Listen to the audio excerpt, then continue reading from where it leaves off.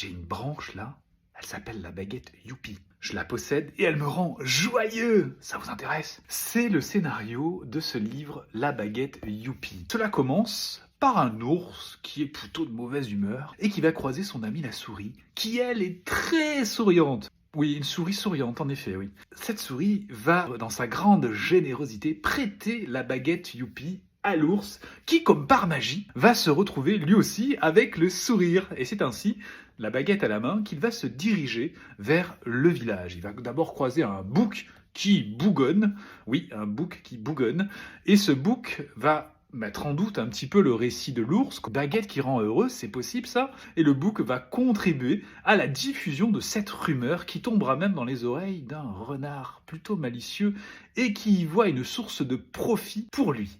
Il va donc se mettre sur la place du village et vendre des baguettes, qui sont que des copies de la baguette Youpi, et les habitants vont donc se procurer ces copies.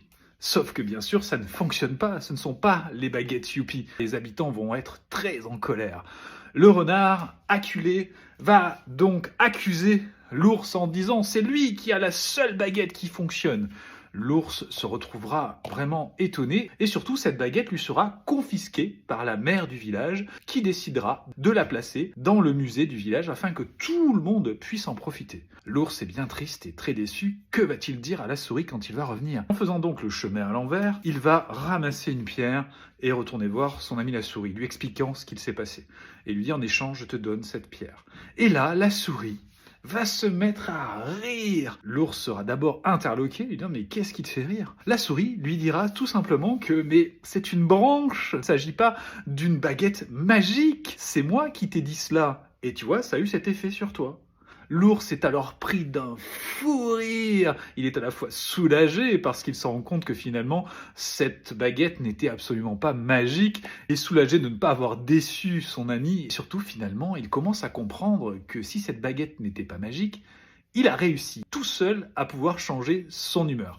Ce livre est particulièrement intéressant parce qu'il décrit brillamment ce qui peut se passer dans le marketing, notamment quand on fait des promesses. Si vous achetez ce dernier téléphone, vous allez être hyper heureux, cette dernière voiture va vous transporter de joie, ce parfum va vous rendre irrésistible. Toutes ces promesses-là, on peut décider d'y croire, mais on peut décider de penser que le bonheur, finalement, n'est pas dans ce que nous possédons. Le bonheur se construit en soi, se construit via nos relations, via nos émotions que nous apprenons à écouter, à partager. Et c'est cela, finalement, le véritable message de ce livre que j'ai beaucoup aimé.